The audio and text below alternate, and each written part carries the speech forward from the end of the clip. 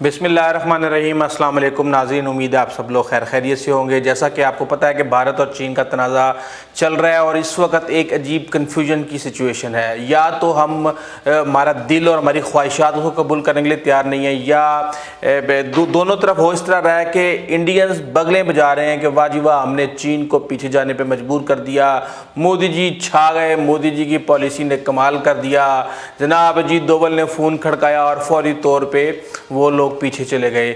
आखिर किस्सा क्या है? और जो लोग ये चाहते थे कि चीन भारत की मिट्टी पलीट करे, उसको घसीटे, उसको पैरों में डाल के उसको ठुड्डे मारे, उनको बहुत ज़्यादा मायूसी हो रही है कि यार ये क्या, ये तो मामला ही ख़त्म हो गया।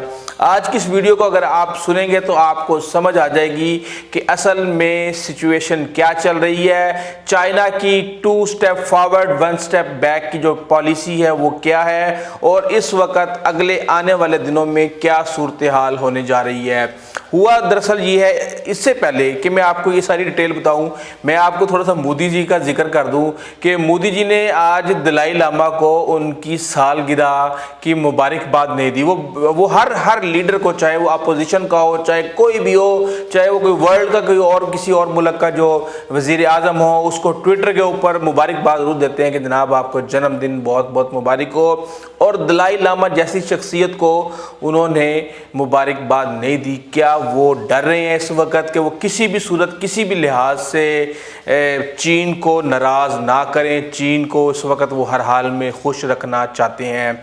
उसके अलावा एक और बड़ी डेवलपमेंट ये हुई है कि एक बीजेपी का लीडर था, मुसलमान था, वसीम शेख, उसको आज मार दिया गया है। उसकी हिफाजत के लिए 8 कमांडोज भी तैनात थे, लेकिन उस वक्त पता नहीं वो कहाँ पे थे।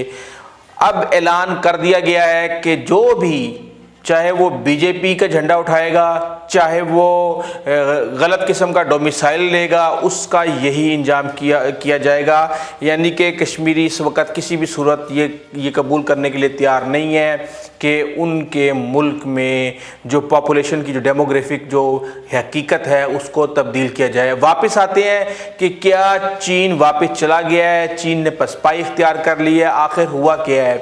तो उसमें बात यह है कि इस वक्त डेप्सिंग का एक इलाका है, एक गलवान वैली है, एक पेंगोंग टिसाओ है, एक गोगरा पोस्ट और हॉट स्प्रिंग है। ये 4 जगहें हैं इस वक्त। इसके अंदर गुलवान वैली के अंदर उन्होंने जो पेट्रोलिंग पोस्ट 14 थी उसको उन्होंने बफर जोन बना लिया है।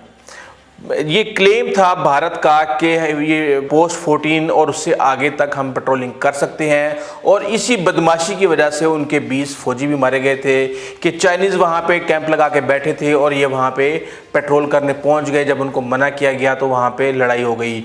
अब डिसाइड ये हुआ है कि पेट्रोलिंग पोस्ट 14 और 15 जो है इसको आप छोड़ देंगे। आप 1.8 किलोमीटर, दोनों फौजें, पहले वो आई टू आई कॉन्टैक्ट के ऊपर खड़ी हुई थी, अब बेसिकली ये स्ट्रेटजी बनाई गई है कि ठीक है जी, हमारे मामला तो तय नहीं हो रहे, लेकिन जब तक हमारे मामला तय नहीं होते कम से कम इस सिचुएशन को तो थोड़ा रिलीफ दिया जाए, ताकि सुकून का सांस लें हम कि आमने सामने खड़े हुए हैं, कोई पता नहीं किस वक्त कोई एक सिपाही या शरारत कर दे तो उसके बाद दोनों मुल्क जो है ना ठकाठक शुरू हो जाए। तो उसके लिए चाइना ने रजामंदी जाहिर की है। उन्होंने कहा है कि ये एक बफर जोन है, यहाँ पे आप पेट्रोलिंग नहीं कर सकते। ये एक मैकेनिज्म बनाया गया है और एक बफर जोन बनाया गया है ताकि फड्डे को से अवॉइड किया जा सके। दोनों तरफ के 30 फौजी वहां पर मौजूद होंगे, लेकिन वो पेट्रोलिंग पोस्ट 14 तक की पेट्रोलिंग नहीं कर पाएंगे। इसका मतलब ये है कि मोदी का नारा था कि हमने हर हाल में स्टेटस को बहाल करना है, फिलहाल वो स्टेटस को बहाल नहीं हुआ। डेप्सिंग के मुकाम पर वैसे ही बैठे हुए हैं, वैसे ही इंफ्रास्ट्रक्चर बिल्ड हो चुका है। पेंगोंग टिसाओ पे इंफ्रास्ट्रक्चर बिल्ड हो चुका है। पेंगोंग टिसाओ के ऊपर जो फड्डा था वो ये था कि भारतीय कह रहे थे कि आप फिंगर 8 तक जाएं, ये कह रहे थे आप फिंगर 2 तक जाएं। फिंगर 4 से चंद मीटर पीछे तक चाइनीज़ फौज गई है, लेकिन उस मुकाम तक नहीं गई जहां तक भारत डिमांड कर रहा था, ख्वाहिश का इजहार कर रहा था कि आप चले जाएं। वो इवन फिंगर 5 तक भी नहीं गए, वो सिर्फ थोड़ा सा पीछे गए हैं वहां से, सिर्फ ये एतमाद बहाल करने के लिए कि चलें आप इसको बफर जोन कर लें, जब तक हमारे लीडर्स और कमांडर्स बात कर रहे हैं उस वक्त तक कम अज़ कम किसी भी किस्म के हाथापाई या इस तरह की किसी कशीदगी से बचा जा सके। जो गोगरा पोस्ट है और हॉट स्प्रिंग का एरिया, वहां से PLA 1.5 किलोमीटर पीछे आई है। अब हो क्या रहा है, अब इनको समझ नहीं आ रही कि चाइना की एक स्ट्रेटजी है कि अगर आपने 4 कदम आगे जाना है तो आप फौरी तौर पे 8 कदम आगे चले जाएं, कशीदगी पैदा कर दें, मार धाड़ का माहौल बना दें और फिर बड़े नखरे के साथ उनको कहेंगे चलो जी ठीक है हम 2 कदम पीछे आ जाते हैं, ठीक है आप बातचीत शुरू करें।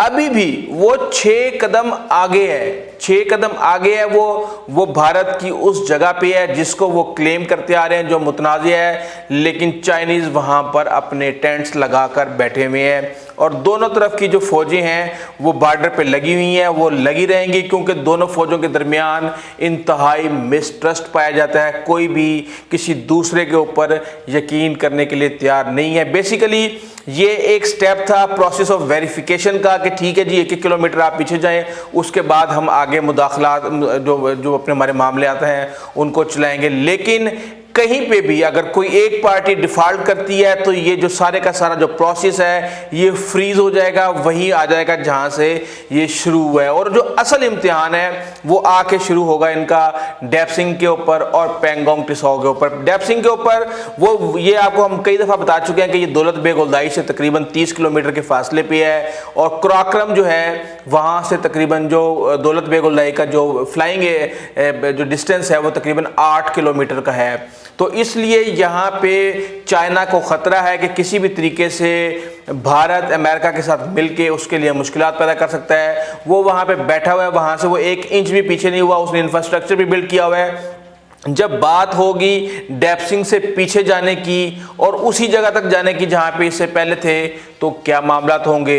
जब बात होगी पेंगोंग टिसाओ पे जो फिंगर 4 से थोड़ा सा पीछे बैठे हुए हैं और जो इंडियंस क्लेम कर रहे हैं कि जी आप फिंगर 8 तक आप हमें पेट्रोलिंग करने दें, फिंगर 8 तक का इलाका हमारा है, 4 पहाड़ी सिलसिले आते हैं इसके अंदर, वो किसी भी सूरत चाइना एक्सेप्ट करने के लिए तैयार नहीं है। बॉर्डर डिस्प्यूट इस वक्त मैं आपको बताऊं कि चाइना के तकरीबन 14 ममालिक के साथ जो बॉर्डर है वो मिलता है। उसने अपने जो मामलात हैं वो उसने वियतनाम के साथ कवर किए, पाकिस्तान के साथ किए, म्यांमार के साथ किए, नेपाल के साथ किए, नॉर्थ कोरिया, मंगोलिया और रूस, पाकिस्तान, लाओस, इन सब ममालिक के साथ वो अपने जो बॉर्डर डिस्प्यूट्स हैं वो कवर कर चुका है। क्योंकि जब पीपल्स रिपब्लिक ऑफ चाइना 1949 में जब इक़्तिदार में आई थी तो उस वक़्त इनके बहुत ज़्यादा हर मुल्क के साथ इनके मसाइल चल रहे थे, जिनको इन्होंने कंसेशंस दे के इवन 50% जो लैंड है चाइना ने इवन छोड़ के, इवन पाकिस्तान के साथ भी यही हुआ।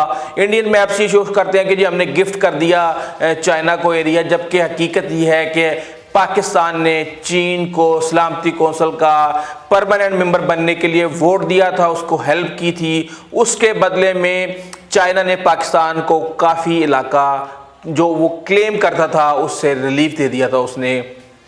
सिर्फ रूस और वियतनाम के साथ चाइना का आर्मड कन्फ्लिक्ट हुआ है, लेकिन उसके बाद ये मामलात रिजॉल्व हो चुके हैं। सिर्फ भारत है जो कि पिछले 70 साल से बैठा हुआ है और उसके साथ ये मामलात एक जंग के बावजूद हल नहीं हुए।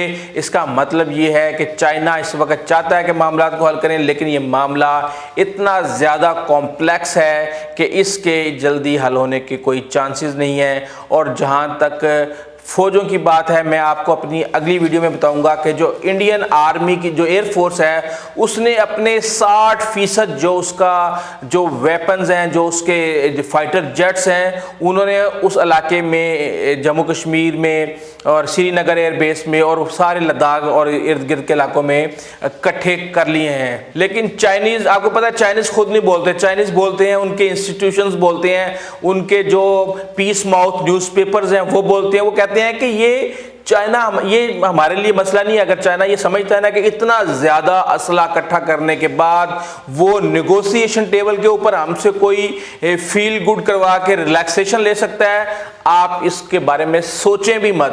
اور انہوں نے کہا کہ کیا وہ S-400 لیتے پھر رہے ہیں. انہوں نے اپنے 3-4 ویپنز کا انہوں نے کہا ہے جو کہ J-20 اسٹیلتھ ہے, J-16 ہے, اور وہ کہتے ہیں یہ چائنیز اکوپڈ جو گارڈ میزائل سسٹم ہے جب یہ ان کے ساتھ آئیں گے یہ, بلکہ اس کی ساری ڈیٹیل میں کوشش کروں گا کہ آپ کو پراپر طریقے سے اپنی اگلی ویڈیو میں سمجھاؤں, کہ وہ کہتے ہیں ہم آپ کے ساتھ وہ حشر کریں گے کہ آپ کو جہاز اڑانے کا موقع بھی نہیں ملے گا اور آپ گراؤنڈ ہو چکے ہوں گے اور آپ جنگ ہار چکے ہوں گے. اس کے بعد پھر ہم آئیں گے, پھر آپ کو پتہ چلے گا کہ فائٹ ہوتی کیا ہے. اگر آپ کو ہماری ویڈیو اچھی لگی تو پلیز آپ ہمارے چینل کو سبسکرائب کیجیے گا, بیل آئیکن کو پریس کیجیے گا, اپنے دوستوں, اقارب اور ہمسایوں کا خاص خیال رکھیے گا.